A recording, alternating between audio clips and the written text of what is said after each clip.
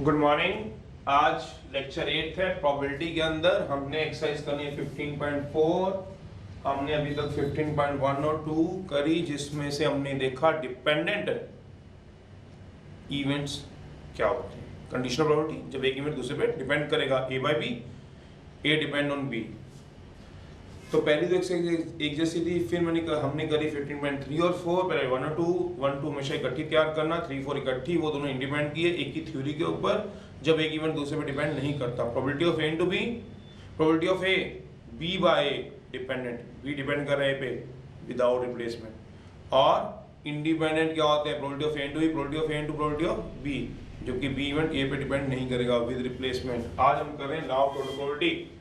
15.5 है, 5 और 6 इकट्ठी आएगी, 15.5 है। सबसे पहला रिजल्ट है partition of sample space. Partition का मतलब समझते, टुकड़े टुकड़े सैंपल स्पेस। इस सेट ऑफ इवेंट्स, दो भी हो सकते हैं, दो से ज्यादा भी, सेट समझते हो आप लोग। Partition of sample space, a set of events, a set of events E1, E2, E3, En are set to form partition of sample space, a set of events are set to represent partition of sample space if अगर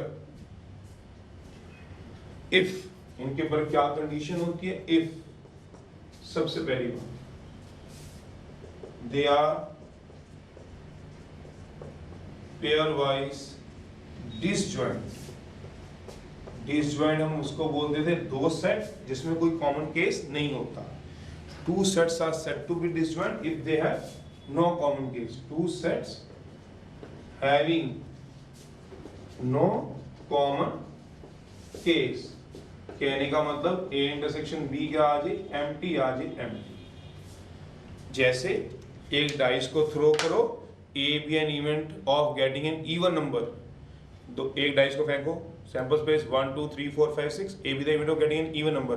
even number कौन से होते हैं? 2 4 6। B with the event of getting odd number. Odd number कौन से? 1 3 5। ए और B में कुछ कॉमन आएगा? नहीं। These two sets are called disjoint sets, जिसमें कोई कॉमन केस नहीं होता। पेयर वाइज डिसजॉइंट का मतलब क्या हो गया? That means E1 intersection E2 क्या आएगा? एम्प्टी। E1 इंटरसेक्शन E3 क्या आएगा? एम्प्टी। E1 इंटरसेक्शन E5 क्या आएगा? एम्प्टी। और कोई भी नहीं। E2 इंटरसेक्शन E5 क्या आएगा? E4 empty. E2 intersection En क्या आएगा? एम्प्टी। पेयर समझते हो? E1 या E7 इंटरसेक्शन E8 क्या आएगा? एम्प्टी। ऐसे नहीं होगा E1 intersection E2 intersection E3 empty हो जाए, ऐसी बात नहीं है। तो पेयर वाइज डिसजॉइंट जिसमें दो इवेंट्स में कुछ कॉमन नहीं होगा।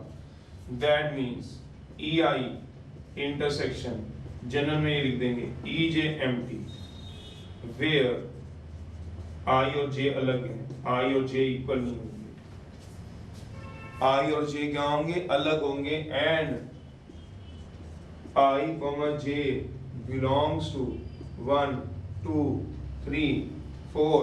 ये n इवेंट डी में देख लो आप लोग क्या आएंगे? 1 2 3 अप टू n तक। किन्हीं दो में आई को आप 1 पुट कराओगे तो जे को 1 नहीं करा सकते, आई नॉट इक्वल टू जे। आई को 1 कराओगे, जे को 2 करा सकते हो। आई को 1, जे को 3, आई को 2, जे को 7। कुछ भी ऐसे दो में कोई भी कॉमन नहीं होगा, जैसे डायग्रामेटिकली दिखा रहा हूं। जैसे ये है एक सैंपल स्पेस, ये डायग्राम ठीक है, ये डायग्राम गलत है। ये सैंपल स्पेस है S, ये सैंपल स्पेस है S। इसके अंदर कहता है E1 है, फिर E2 है, फिर E3 है, फिर E4 है, फिर E5 है, फिर En है। इनमें कोई कॉमन नहीं है, कोई ऐसा पोर्शन इन दोनों इवेंट में कॉमन नहीं दिख रहा मुझे, कोई इन दोनों में कॉमन नहीं दिख रहा। जबकि अगर ऐसे लिख दूं ये E1 है, ये E2 है, ये E3 है, ये E4 है, ये E5 है, ये En है, पर यहाँ कुछ कॉमन है किसमें? E1 और E3 में। दिख रहा है आपको? देखो जरा, ये रहा E1, ध्यान से देखो, ये रहा E1 यहाँ तक जा रहा है, ये रहा E3 ये रहा, सैंपल स्पेस को E3 ये रहा, तो ये वाला जो पोर्शन है वो कॉमन आ गया। तो E1 और E3 में कुछ कॉमन है, E1 intersection E3 is not empty, तो ये दोनों पेयर वाइज डिसजॉइंट नहीं है, ये पेयर वाइज डिसजॉइंट है। यस, पेयर वाइज डिसजॉइंट है। पेयर मतलब जोड़े देखने हैं, पेयर वाइज डिसजॉइंट है, पेयर वाइज डिसजॉइंट है। दूसरी बात, एंड और नहीं, एंड है, पेयर वाइज डिसजॉइंट होना काफी है नहीं, एंड दूसरी बात है कवर्ड होल सैंपल स्पेस, मतलब कौन? ये इवेंट्स जो क्या करेंगे, दे कवर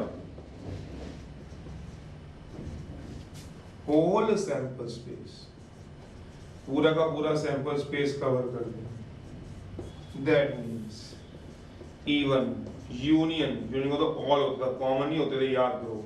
E2 E3 En पूरे का पूरा क्या बना देंगे?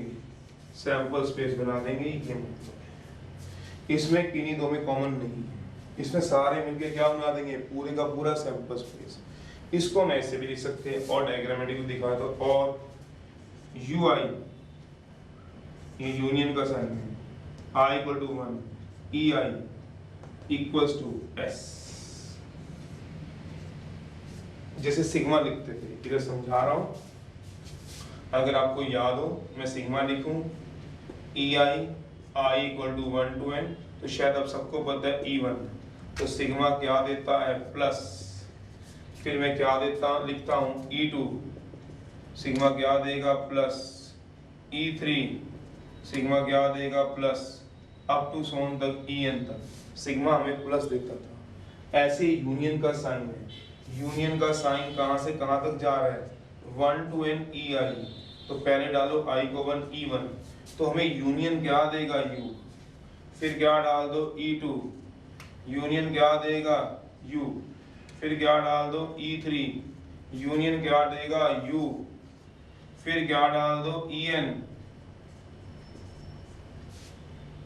E1 union E2 union E3, जैसे प्लस होता है ऐसे वो यूनियन कहते हैं, ये मतलब होता है इसका। तो वही मैंने कहा E1 union E2 union E3 union En को यूनियन डाल सकता हूँ 1 2। तो इसको हम डायग्रामेटिकली कैसे शो करते हैं? जैसे इसमें ही बोला था कोई कॉमन केस नहीं होगा और ये सारे मिलके पूरे का पूरा सैंपल स्पेस बना देंगे।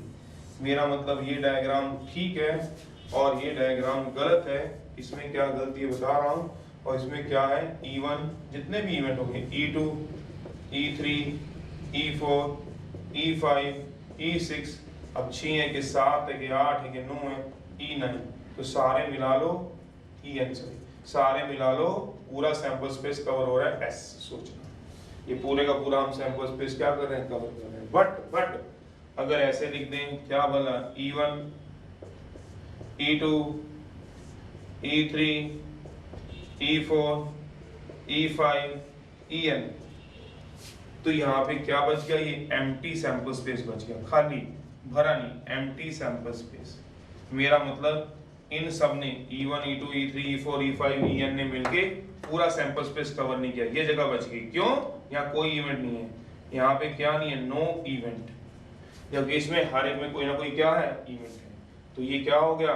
पार्टीशन ऑफ सैंपल स्पेस, जिसमें कोई कॉमन ना हो और सारे मिलके पूरे का पूरा सैंपल स्पेस कवर कर दें। डिनोटेड बाय, हम डिनोट कैसे करते हैं? डिनोटेड बाय सेट से E1 E2 E3 up to E, ऐसे नोट करते हैं। चलिए लॉ ऑफ टोटल प्रोबेबिलिटी है, कर लो नोट, फिर मैं लॉ ऑफ टोटल प्रोबेबिलिटी कहता हूं। लेट E1 E2 En जो इवेंट्स हैं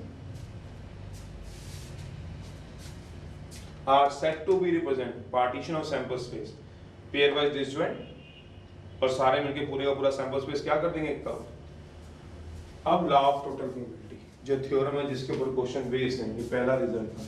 दूसरा रिजल्ट है law total probability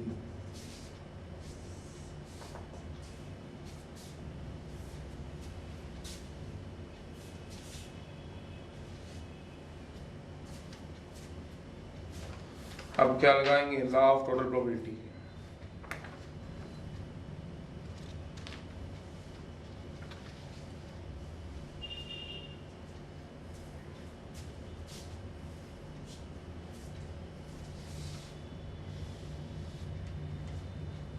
let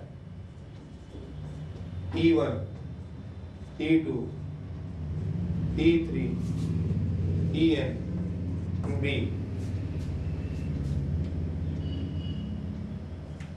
set of partition of sample space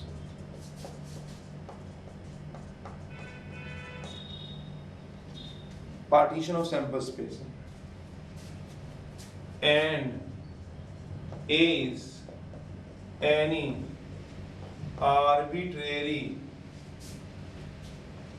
event लिखा हुआ है related to each of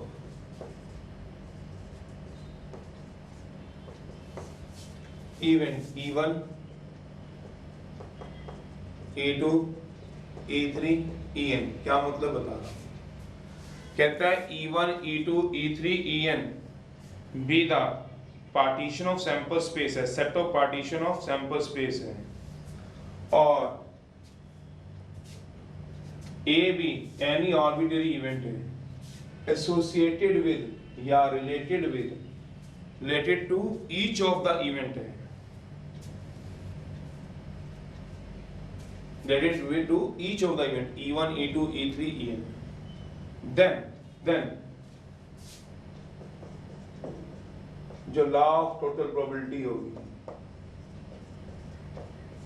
is probability of A equals to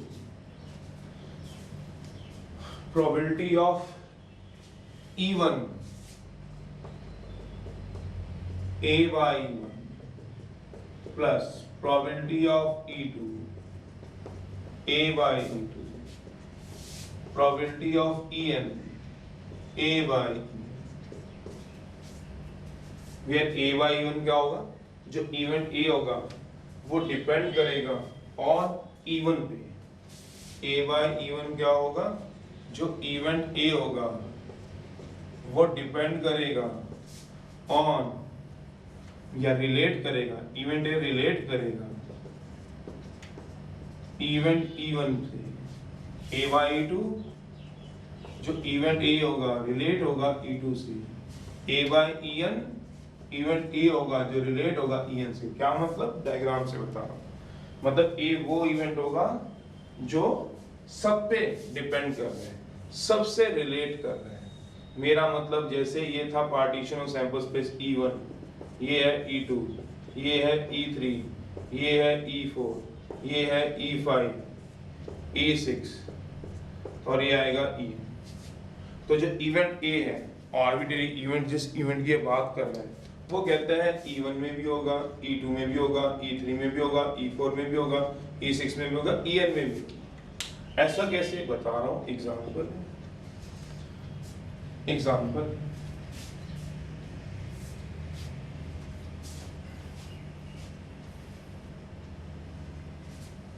उससे पहले नोट कर लो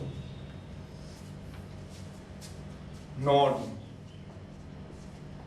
since E1 E2 E3 En set of make a partition of sample space तो probability of E1 plus probability of E2 plus probability of E3 सबकी probabilities का सम हमेशा 1 दूसरी बात here जो events होंगे E1 E2 En इंडिपेंडेंट होते हैं या क्या लो जो इवेंट इंडिपेंडेंट होंगे उनको हम E1 E2 E3 En मानेंगे या फिर मैं इसी को दोनों बातों को कंक्लूड कर दूंगा और हियर जो इवेंट A होगा इज डिपेंडेंट होगा डिपेंडेंट या इसी बात को कंक्लूड करूं, दैट मीन्स इन क्वेश्चन, ये प्रैक्टिकल नोट बना देता हूं, इन क्वेश्चन के अंदर there are two types of events, in question there are two types of events,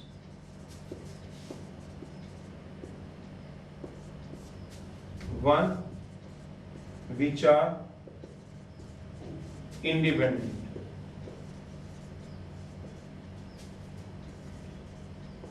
named as, उसको क्या नाम दे रहे हैं, named as E1, E2, E3, En. Secondly, dependent event named as A.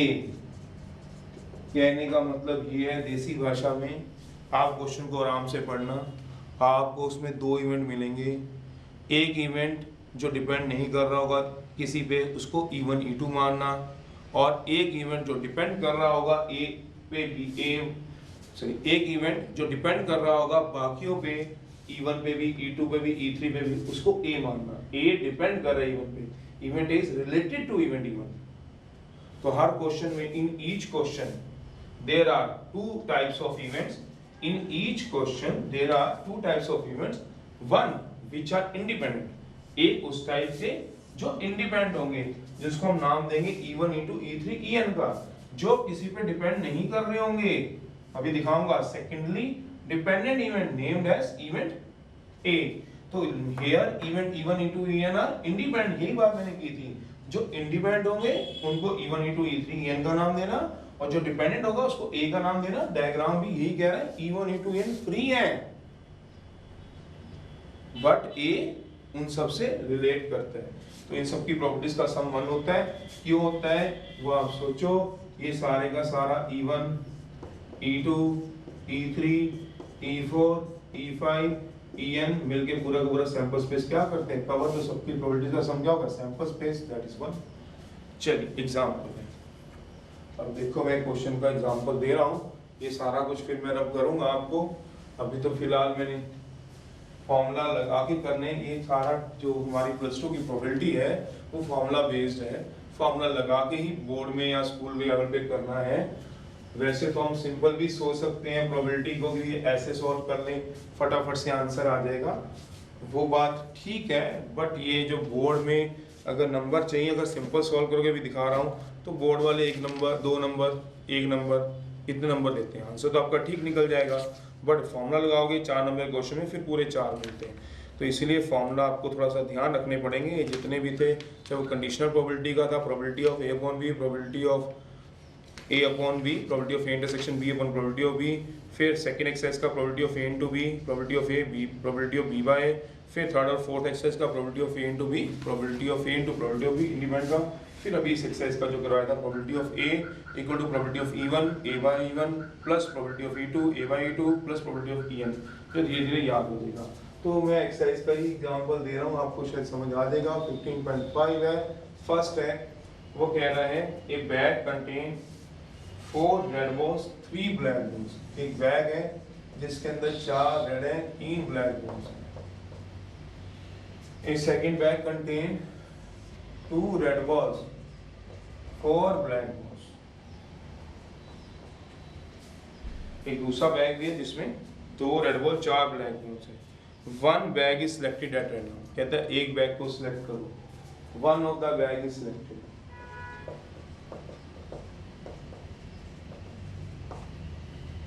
आपने इसको भी फॉर्मूला से नहीं सोचना, रफली बिल्कुल हल्के दिमाग सोचना आप कैसे इस क्वेश्चन करोगे। One bag is selected at random and one ball is drawn, find the probability and one ball is drawn, find the probability of getting a red ball. बस कुछ नहीं, आपको एक टीचर ने कमांड दी, ये 2 बैग पड़े हैं, आपने जाना है एक बैग को चुनना है और उसमें से रेड बॉल निकाल के लानी है। तो कहता है उसकी प्रोबेबिलिटी बता दो, बस इतना बोलना है। एक बैग को चुनो, और अभी मान लो मेरे पास सामने सारी क्लास बैठी हुई, आप सारे बैठे हो, मान लो ये भी सारे बैठे, मान लो 40 स्टूडेंट बैठे हैं। मैंने क्या कहा, जाओ इस बैग में से, इसमें से एक बैग को चुनो, 2 बैग थे, एक बैग को चुनो, एक बॉल निकाल लो और वो रेड कलर की निकाल के लाओ, जाओ। तो सोचो, ये आएगा, खड़ा होके मान लो बच्चा, ये रोहित आया, इसने क्या किया, इस बैग को चुना, फर्स्ट बैग को, ये 2 बैग दे रखे हैं, एक बैग 1 और एक बैग 2, वो इस बैग से रेड बॉल निकाल के मेरे हाथ में रख देगा, देखो सर ये रेड बॉल। पहले बैग को चुनेगा, उसमें से रेड बॉल निकालेगा। मान लो दूसरा बच्चा आया, उसने पहले बैग से चुना, रेड बॉल निकाल के मेरे हाथ में रख दी। मैं कह रहा हूँ पूरी क्लास में मान लो 40 स्टूडेंट बैठे, मैंने उनको क्या बोला, एक बैग को चुनो और रेड बॉल निकाल दो। पहला स्टूडेंट आया, उसने इस बैग को चुना, फर्स्ट बैग को, उसमें से रेड बॉल निकाल दी। 4/7, 4/7 क्यों, 4/7 क्यों, 4 रेड बॉल, टोटल 7 बॉल है, 4/7 से मेरे को रेड बॉल दे देगा। मैंने कहा अच्छा चल जाओ, मैंने फिर दोबारा डाल दी। मैंने अगले को बुलाया सुमित को, सेकंड बजे में थ्रू, वो कहता है उसने भी मेरे हाथ में रेड बॉल निकाल ली और वो भी चला गया, तो वो भी 4/7। तो ऐसे ही मान लो मैंने जो बच्चे एक एक करके मैंने बुलाया, 30 बच्चे ऐसे थे जिन्होंने पहले बैग में से मुझे बॉल निकाल के दी, पर कोई तो ऐसा बच्चा होगा, 31वां ही सही, पर कोई तो ऐसा बच्चा वो दूसरे बैग को चुनेगा और उसमें से क्या करेगा, मुझे रेड बॉल निकाल देगा। उसकी प्रोबेबिलिटी 4/7 नहीं होगी, उसकी प्रोबेबिलिटी क्या होगी, 2/5, इसमें निकालेगा तो 4/7। तो इसका मतलब क्या हुआ, 2 केस बने। एक केस क्या बना, 2 केस बने। एक केस क्या बना,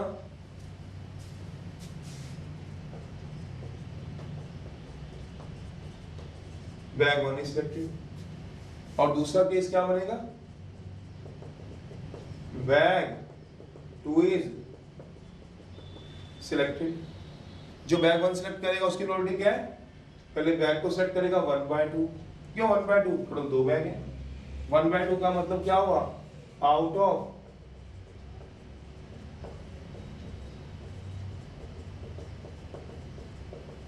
चलिए, अब उसने बैग को सेलेक्ट किया, फिर उसमें क्या निकाली थी, रेड बॉल। अभी इवेंट पूरा नहीं हुआ, कभी तो बैग सेलेक्ट किया, event is yet to complete. अभी इवेंट कंप्लीट होना क्या था, बाकी। क्यों बाकी था, क्योंकि अभी तक बैग, क्योंकि इवेंट अभी पूरा नहीं हुआ था। Event is yet to complete, जब तक पूरा ना हो तब तक हम क्या लगाते हैं, येट टू कंप्लीट, तब तक हम मल्टीप्लाई लगाते हैं, तो मल्टीप्लाई लगा देंगे इनटू 4 बाय बैग 1 को सेलेक्ट किया, रेड बॉल आना, रेड बॉल किसमें से आएगी, 4/7। या कुछ ऐसे बच्चे होंगे, 31st बच्चा जो सेकंड बैग को सेलेक्ट करेगा, बैग को सेलेक्ट करने के लिए प्रोबेबिलिटी 1/2, इवेंट उसका भी नहीं पूरा जब तक वो रेड बॉल ना दे मेरे हाथ में, तो रेड बॉल देगा तो क्या होगा, 2/6। केसेस हमेशा क्या होते थे, ऐड आंसर आ देगा। अगर हम बोर्ड में ऐसे निकाल के आ जाए, केस 1 केस 2, बोला बाद में टोटल प्रोबेबिलिटी ऐसे निकाल दें 1/2, आंसर तो हमारा सेम आ रहा है, बट 2 नंबर दे सकते हैं, कोई ज्यादा ठीक होगा 3 भी दे देगा, पर 4 नहीं देगा, क्योंकि ये फॉर्मूला बेस है, पहले ही उन्होंने कह रखे हैं कि इसको फॉर्मूले से ही कराने हैं। अब फॉर्मूले से कैसे करेंगे तो वो देख लो, वैसे अगर सिंपल सोचे तो आपने देखो अपनी सोच से ही पूरा क्वेश्चन सॉल्व कर दिया, और पर इसको हम लिखेंगे कैसे फॉर्मूले में, वो देखो जरा। अब आराम से सोचो, तुमने इसमें 2 काम करे, एक तुमने बैग को चुना और एक बॉल निकाली। बैग को जो चुना वो डिपेंड कर रहा था कि इंडिपेंडेंट था, बस मैंने ये पूछना आपसे। जो बैग का सिलेक्शन थी, बैग की सिलेक्शन, बैग सिलेक्ट किया, वो डिपेंडेंट इवेंट था या इंडिपेंडेंट था, वो बताना है आपको बस मेरे को। अगर आपको लगता है डिपेंड कर रहा है, बैग को चुना, पहले मैंने बैग को चुना, आप आए, आपने बैग को चुना, आपको लगता है वो किसी चीज पे डिपेंड कर रहा है तो बताइए। तो बैग को चुनना क्या है, डिपेंडेंट कि इंडिपेंडेंट, इंडिपेंडेंट सोचो, मैंने बैग को चुनना है। अब उसमें से क्या निकाले, दूसरा क्या था, रेड बॉल को निकाला आपने, देखो रेड बॉल, रेड बॉल किस पे डिपेंड करी, वो बैग 1 में भी है और वो किस में है, बैग 2 में भी है, दैट इज क्या है, डिपेंडेंट। तो बैग को चुनना क्या हो गया, जो इंडिपेंडेंट होते हैं उनको हम E1 E2 मानते हैं, और जो डिपेंडेंट होते हैं उनको हम A मानते हैं। कैसे, नीचे लिख के दिखा रहा हूं, ये मैंने बताया आपको। अभी मैं करके दिखा देता हूं। क्वेश्चन कैसे करना है आपने एग्जाम में, solution let E1, E2 be an event of selecting bag 1 and bag 2 respectively. तो प्रोबेबिलिटी ऑफ E1 कितना होगा, बैग 1 को चुनना, बैग 1 को चुनने की प्रोबेबिलिटी कितनी होगी आपके पास 1/2, क्यों बैग चुनने की प्रोबेबिलिटी 1/2, प्रोबेबिलिटी ऑफ E2 कितना है, बैग 2 को चुनने की प्रोबेबिलिटी वो भी 1/2, ए क्या रहा इवेंट है of selecting a red ball, तब क्या आएगा probability of A, red ball की प्रोबेबिलिटी निकालनी है, प्रोबेबिलिटी ऑफ E1 A/E1, बस ये फॉर्मूले में डाल दो, प्रोबेबिलिटी ऑफ E2 A/E2, इसको क्या मान लो फर्स्ट, A/E1 का मतलब क्या होता है, इवेंट ऑफ गेटिंग, ए क्या बता रहा है बताओ, ए क्या बता रहा है, रेड बॉल फ्रॉम बैग 1 में से, बैग 1 में से क्यों, E1 बैग 1 को बताता है, probability of A/E1, red ball bag 1 में से आने की क्या प्रोबेबिलिटी है 4C1/7, C1 4/7, क्यों ड्रॉन कर रहे हैं, ड्रॉन में क्या लगता है कॉम्बिनेशन, A/E2 क्या होगा, event of getting a red ball from bag 2 में से, प्रोबेबिलिटी ऑफ A/E2, तो आंसर तो वही आना है 2C1/6C1, 2/6, अब इसकी वैल्यू कहां पुट करा दो, आंसर आ गया, कहां पुट करा दीजिए इन 1 में, तो प्रोबेबिलिटी ऑफ ए क्या आ गया 1/2, 4C1/1/2, 2C1/, तो आंसर का क्या, आंसर तो इसका भी यही आ रहा था, मेरा भी यही आ रहा है, बट सिर्फ लिखना क्या है, फॉर्मूला बेस्ड होती है, फॉर्मूला लिखना है A/E1, सोचो क्या लिखते हैं, ए होता है डिपेंडेंट इवेंट, जो डिपेंड कर रहा है, रेड बॉल का आना इन बैग पे डिपेंड करते हैं, बैग 1 या बैग 2, तो A/E1 क्या होगा, event of getting red ball from bag 1, even क्या है बैग 1, तो A/E1 4/7, A/E2 event of getting red ball from bag 2 2/6, second है, पढ़ो आप इसको, सेकंड क्वेश्चन करा दो, सेकंड है, अब एक क्वेश्चन करिए अपने आप, सेकंड क्वेश्चन है, थर्ड दे रहा हूं, थर्ड में वो क्या कह रहा है आपको, एक पर्स है, उसमें 2 पॉकेट हैं या कंपार्टमेंट हैं, तो एक पर्स कंटेन 2 पर्स ही 2 उसमें बोले हैं, पर्स फर्स्ट, उसमें 2 सिल्वर कॉइन है, 4 copper coin, copper coin silver coins दे रखे हैं, और एक दूसरा पर्स दिया हुआ है, पर्स 2 है, उसमें कितने कॉपर और कितने सिल्वर कॉइन दे रखे हैं, 4 सिल्वर हैं और 3 कॉपर कॉइन दे रखे हैं, इफ एक पर्स को सिलेक्ट करो, कॉइन को निकालो, क्या प्रोबेबिलिटी है वो कॉपर कॉइन होगा, एक पर्स को सिलेक्ट करो एंड अ कॉइन, एक पर्स को सिलेक्ट करो and a coin is drawn, एक कॉइन को ड्रॉ करो, फाइंड द प्रोबेबिलिटी, क्या प्रोबेबिलिटी है ऑफ गेटिंग सिल्वर कॉइन, तो ये कह रहा है, पढ़ लो आप क्वेश्चन, गेटिंग लिखा है, चलो तो वही वाली बात होगी, जैसे पिछली बार बैग को सिलेक्ट किया था, फिर उसमें से एक बॉल निकाली थी, क्या प्रोबेबिलिटी है वो रेड बॉल थी, तो अभी हम क्या कर रहे हैं, एक पर्स को सिलेक्ट करेंगे, तो क्या प्रोबेबिलिटी में निकालोगे E1 E2, case 1 purse 1 is selected, purse 1 को सिलेक्ट करोगे और उसमें से क्या निकालोगे, and getting a silver coin, purse 1 को सिलेक्ट करोगे एंड क्या लोगे, गेटिंग अ सिल्वर कॉइन, फिर पर्स 2 को सिलेक्ट कराओगे and getting a silver coin and getting a, पहले रेड बॉल निकाली थी, इसमें गेटिंग अ सिल्वर कॉइन लोगे बस, और क्या, गेटिंग अ सिल्वर कॉइन, दो केस बन जाएंगे। अगर आप सिंपल सॉल्व करना चाहते हो तो आप फर्स्ट कौन सा सेलेक्ट करोगे, या तो पहला या दूसरा। अगर पहला सेलेक्ट करोगे कितने में से, 1/2 से। Event is yet to complete, अब इवेंट कहाँ पूरा हुआ है, अब सिल्वर कॉइन निकालना है। सिल्वर कितने फेवर करेंगे, सिल्वर को 2।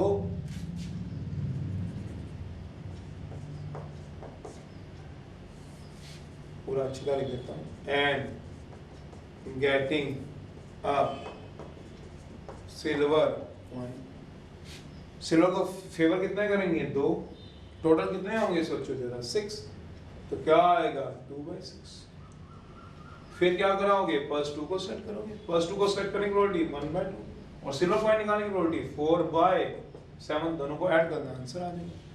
पर बोर्ड में फिर वही वाली बात कह रहा हूँ, ऐसे निकाल लेना, पर ऐसे में नंबर कटेंगे। आपको पूरा फॉर्मूले से निकालनी है, एक्सरसाइज फॉर्मूला बेस्ड होती है। लेट E1, E2, सॉल्यूशन क्या आएगा, तीसरे का। Let E1, E2 be the event of selecting +1 or +2, +1 and +2 respectively। तो +1 को सेट करने की प्रोबेबिलिटी क्या होगी, 1/2। +2 को सेट करने की प्रोबेबिलिटी क्या होगी, 1/2। फिर A भी था, event of selecting a silver coin, silver coin को सेट करना। अब वो +1 में भी हो सकता है और +2 में से भी हो सकता था। तो प्रोबेबिलिटी ऑफ ए फार्मूला क्या होगा, E1 A/E1, E2 A/E2। A/E1 क्या होगा, इवेंट ऑफ गेटिंग। अब रेड बॉल की जगह क्या कह रहे हैं, ए क्या कह रहे हैं, यहीं से पढ़ो ना। ए क्या कहता है, देखो ए कहता है सिल्वर कॉइन का आना, तो वही से A/E1 event of getting silver coin. कहां से लोगे, फ्रॉम। अब दैट 1 की जगह किससे लोगे, +1 में से। तो A/E1 का फॉर्मूला क्या होगा, +1 में से सिल्वर कॉइन को सेट करने की प्रोबेबिलिटी 2C1/, 2 फेवर में। टोटल कितने दिए हैं बताओ, 6C1। फिर A/E2 क्या होगा, event of getting a silver coin, क्योंकि A बता रहा है सिल्वर कॉइन को, E1 बताता है +1 में से। तो A/E2 क्या होगा, getting a silver coin from +2 में से। प्रोबेबिलिटी ऑफ A/E2 में से सिल्वर कॉइन निकालने की प्रोबेबिलिटी क्या होगी, 4C1/3C1। थोड़ा आगे लिख देता हूँ, प्रोबेबिलिटी ऑफ A/E2 4C1/3 क्यों है, 4 3 7 बेटा 7C1, ठीक है। वेरी गुड, करा दो, पुट इन 1 में करा दो। तो प्रोबेबिलिटी ऑफ A क्या आएगी, सोचो। प्रोबेबिलिटी ऑफ A क्या आएगी, सोचिए जरा। 1/2 से प्रोबेबिलिटी 1/2 से फर्स्ट को सिलेक्ट करना, और फिर A/E1 क्या है, 2C1/6C1। 1/2 into 4C1/7C। आंसर आ गया। अगला क्वेश्चन, 4th, बिल्कुल सेम है जो 8.2 का 8 क्वेश्चन है, बिल्कुल सेम है। 4, चलिए जरा 4th क्वेश्चन कर लो, नोट कर लो मेरे से, ठीक है। चलो बस सेम ही लिखनी है। अब आपको कोई दिक्कत तो है आएगी नहीं, आप सिंपल सोचोगे तो एक्सरसाइज तो वैसी होगी, पर हमें फॉर्मूले से लगानी है तो कोई बात नहीं, फॉर्मूला लिख लेंगे। फॉर्मूला लिखने में कितने क्वेश्चन ही कितने, फॉर्मूला लिखने में क्या है। चलो 4th पढ़ो जरा, 4th क्वेश्चन। 4th क्वेश्चन पढ़िए इतने तक, चलिए।